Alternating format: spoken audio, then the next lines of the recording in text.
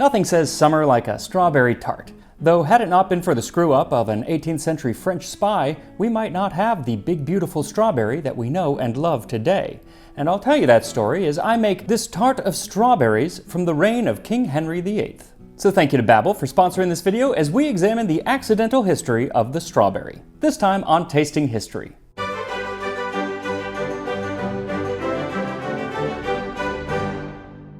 King Henry VIII loved strawberries. In fact, he even used strawberry juice to treat an open ulcer on his leg. Gross. Luckily for me, this is not medical history, it's tasting history, so I don't have to treat my ulcer. I don't have one. Instead, I get to make a recipe. It's from 1545 during the reign of Henry VIII from a proper new book of cookery. For to make a tart of strawberries, take and strain them with the yolks of 4 eggs and a little white bread grated, then season it up with sugar and sweet butter, and so bake it. A fairly simple recipe, but rather different than a modern strawberry pie, which usually has big chunks of strawberries. This is going to be more like a strawberry custard. And part of the reason is that in 16th century Europe, they didn't have big strawberries like we have today. At the time, all the strawberries in Europe were much smaller, about the size of a blackberry. And while they had a similar flavor as the modern strawberry, they were typically much sweeter. This is partly because they grew wild, and wild fruits just tend to be smaller than the cultivated variety. So every June, people would go out picking strawberries, where it groweth in the woods and greens and shadowy places. And they could usually just be picked up off the ground because that's how they grew, kind of strewn about the ground, and that's actually where they likely get their name, strawberry, because the Old English word for them was Ströberge. Even more literal is the German word for strawberry, which is Erdbeere, or earthberry, a word I learned with a little help from today's sponsor, Babbel. Babbel is one of the top language learning apps in the world, and with their short 10-minute lessons, you can get started speaking a new language in as little as 3 weeks. I also love that they have little games to keep things interesting, and podcasts. They're in the language that you're trying to learn, so it just gets the language in your ear and really helps with pronunciation. That's especially important when you are getting ready to travel. Like when I went to Austria last year, while nobody thought that I was a native speaker or anything, I did get a lot of compliments on my German pronunciation. And the lessons prepare you for real-world experiences and interactions, so they're really perfect for if you are getting ready to travel. So when you go into a cafe in Vienna and you have a hankering for a strawberry tart, you can say, Entschuldigung, wie viel kostet die Erdbeertorte? So whether you're planning on doing some traveling this summer or just want to learn a new language as part of some self-improvement, which is always a good thing, then click my link in the description or scan this QR code up here to get 60% off of your Babbel subscription. Now, while I wanted to use the very small wild strawberries that they had back then, I was unable to get any to buy, and we tried to grow them, but in the words of Cole Porter, it's too darn hot, so I'm going to be using some modern strawberries. So for this, you'll need 1 pound or 450 grams of hulled strawberries, 4 egg yolks, a heaping half cup or 90 grams of breadcrumbs, a half cup or 100 grams of sugar, and 2 tablespoons or 25 grams of butter. So first, mash the strawberries into a fine pulp. You can also use a blender for this if you'd like. Then you're going to pass this through a strainer, and it's best to use something that isn't too fine mesh. Press as much through as you can until you have the juice and the fine pulp, and then whisk in the egg yolks until smooth, and then add the breadcrumbs and whisk until, well, it's not going to get smooth. In fact, it's kind of gritty at this point, and I was like, well, that's weird, but I think it's going to work out. Then add the sugar and whisk, and finally add the butter in little pieces and mix. The butter isn't going to completely whisk in, but that's okay. It'll all melt once we bake it. But the question is, what are we going to bake this in? Because the recipe doesn't actually mention it going into anything, but it would have gone into a crust of some sort, and there is a recipe in this same 16th century cookbook for to make short paste for tart. Take fine flour and a kersey of fair water, and a dish of sweet butter and a little saffron, and the yolks of 2 eggs, and make it thin and tender as ye may. This again is pretty similar to a modern short crust pastry, except the addition of saffron. I don't think you'd ever see it in a modern short crust, and it's not there really for the flavor, but just to color it. They like to make everything really vibrant, so if you want, you can add some saffron, but you don't actually need to. So you'll need 2 cups or 250 grams of flour, 1 stick or 113 grams of butter in small pieces, 2 egg yolks, a quarter cup or 60 milliliters of cold water, and a pinch of optional saffron threads. So first sift the flour into a large bowl, then grind the saffron if you're using it and whisk it into the flour. Then add the diced butter and rub it in with your fingertips until it has the texture of fine breadcrumbs. Add the egg yolks and work those in, and then a couple tablespoons of the cold water. You may not actually need all of the water, you just want to add enough to have the dough come together. Once it starts to come together, knead it for just a few seconds, 10 to 15 seconds, so you can bring it together into a ball and then flatten it into a disc. Then set it in the fridge for about a half an hour if you want. You can actually use it right now. They would have probably just gone ahead and used it, but if you let it sit and rest in a cold place for about 30 minutes, it won't shrink as much when you bake it. Once it's rested, take it out of the fridge and roll it into a thin circle. I'm the worst at rolling dough. It never forms a circle like I want, but luckily this is a really forgiving dough, so you can actually kind of like patch it together. Works out just fine. But once it's nice and thin, lay it into a tart tin or pie pan and leave a bit of the crust overhanging. Then we do need to blind bake this, or else it's going to have a soggy bottom. So poke some holes in the bottom of the dough, then line it with parchment and fill it with baking beans. Then set it in the oven at 425 degrees Fahrenheit, 220 Celsius for 7 minutes, then remove it and remove that top crust, make it nice and flat, and then return it to the oven for another 5 minutes or so. And then you can take out the baking beans and keep baking it for another 3 to 5 minutes until it's fully cooked. Then you need to let this cool completely before you add in the filling, and then return the tart to the oven at 350 Fahrenheit, 175 Celsius for 30 minutes. Now this recipe comes from the reign of Henry VIII, King of England, and he did love his strawberries, but he didn't have nothing on the kings of France, because they have ties with strawberries going back well over 1,000 years. And it's actually because of one of those really strawberry-loving kings of France that we now have the big strawberries that you get in the grocery store rather than the teeny strawberries of medieval Europe. Now, to figure out how we got to the modern strawberry, we have to look back at the wild strawberry. Tiny wild strawberries have been around for thousands of years, both in the Americas and across Europe and parts of Asia. Many are sweeter than modern strawberries, but many are also sour, and then a lot of them are just kind of bland. They've always been eaten as a food, but they've also been treated as a medicine. Just as King Henry VIII used strawberry juice to treat his open ulcer on his leg, the ancient Romans believed that strawberries could help to cure melancholy and alleviate bad breath. In the Middle Ages, in addition to being a delicious summer treat, they were also often featured in artwork as symbols of righteousness, or, almost conversely, as symbols of temptation or lust. There were many varieties in different colors, including yellow, white, and pink, but most common was red. These red ones tended to be the sweetest and were definitely the most beloved strawberries. As Dr. William Butler observed in the 16th century, "Doubtless God could have made a better berry, but doubtless God never did." Now, the only problem with these strawberries is that while they're easily foraged, they weren't easily gardened, and that's partly because they take up a lot of space. Because they grow along the ground, they require a lot of space as opposed to something that grows on a bush or on a tree. They also will send out these little runners, some varieties, that will create daughter plants, but that's just going to overtake a garden, and then the only thing that you're growing is strawberries. Also, they only put out berries once a year in June, or at least they did at that time, so you're using up a bunch of space and just getting a few strawberries 1 month out of the year. So the people who usually could grow strawberries were the very wealthy.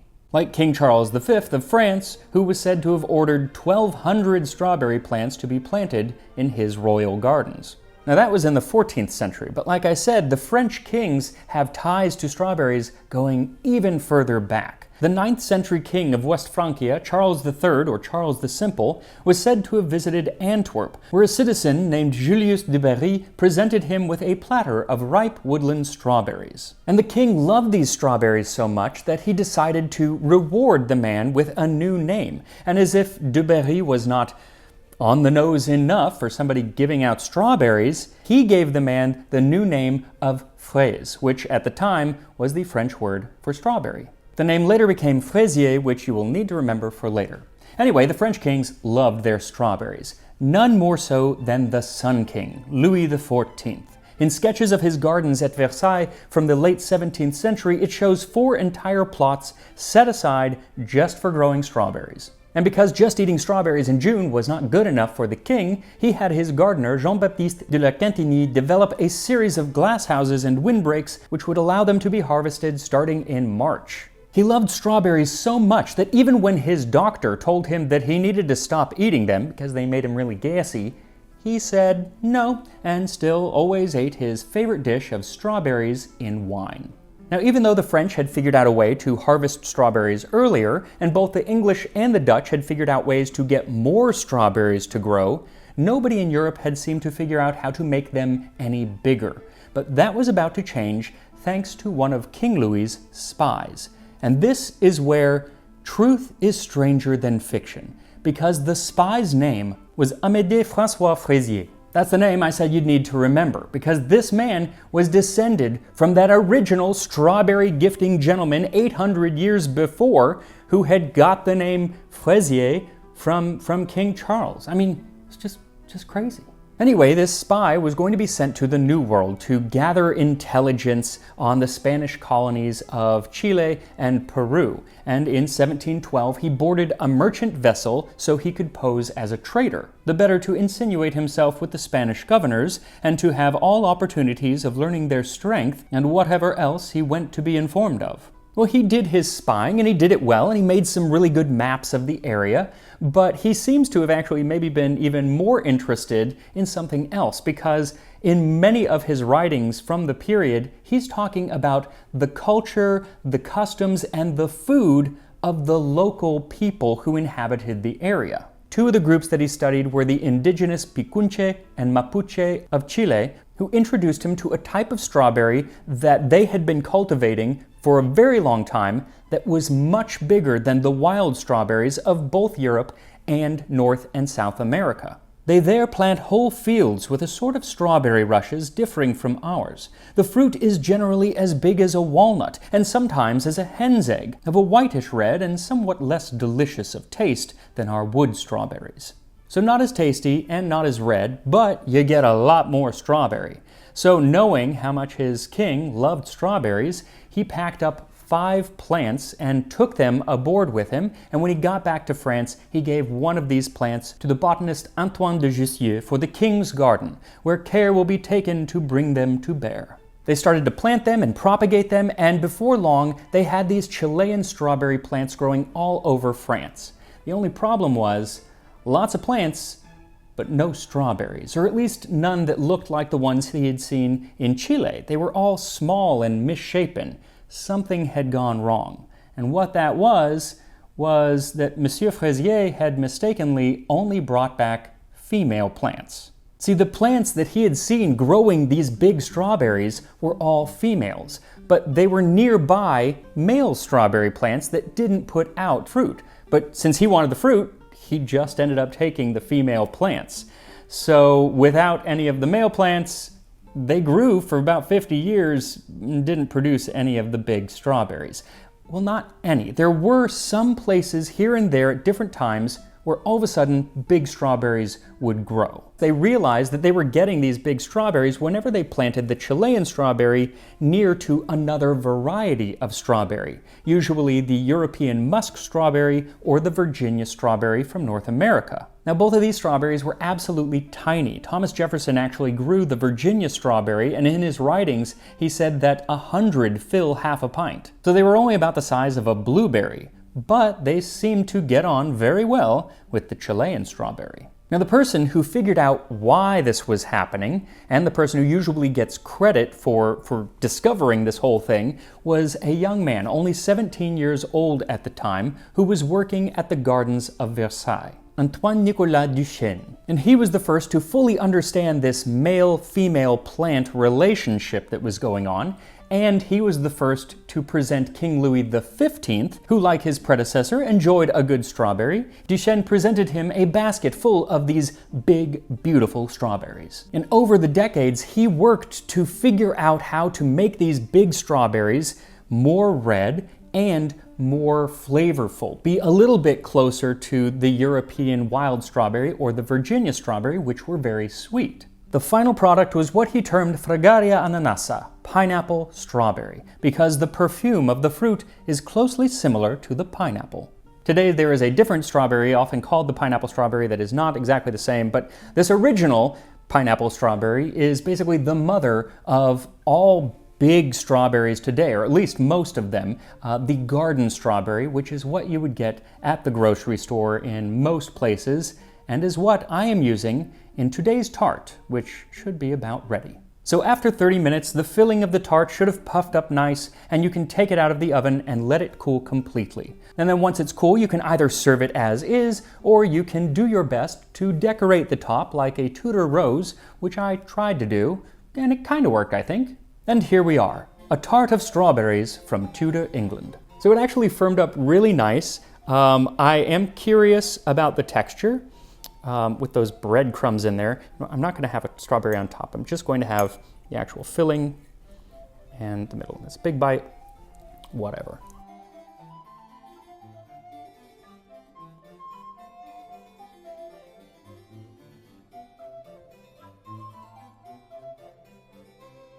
Y'all,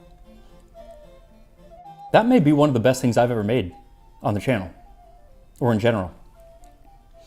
I don't think I've ever had such a wallop of strawberry flavor. It's like concentrated strawberry because we threw out so much of the pulp and pith and whatever, and it is just the strawberry flavor. That is so strawberry-y. It's almost like strawberry candy. That's really good. And this is nice and smooth. It's not like custardy smooth, but it's very smooth, and it's nice and airy as well. That's really, really good. I mean, the crust is crumbly, buttery, fine. Like I said, you don't taste the saffron. You just get a little bit of color from it, but I don't think it's necessary. And I think you could use anything. The thing is, at this period, they often didn't even eat the crust of the tart. They would just eat the filling. And I think that's just great. So I don't know if you could just do it without a crust at all, like just put it in a dish, but probably. This is really, really good.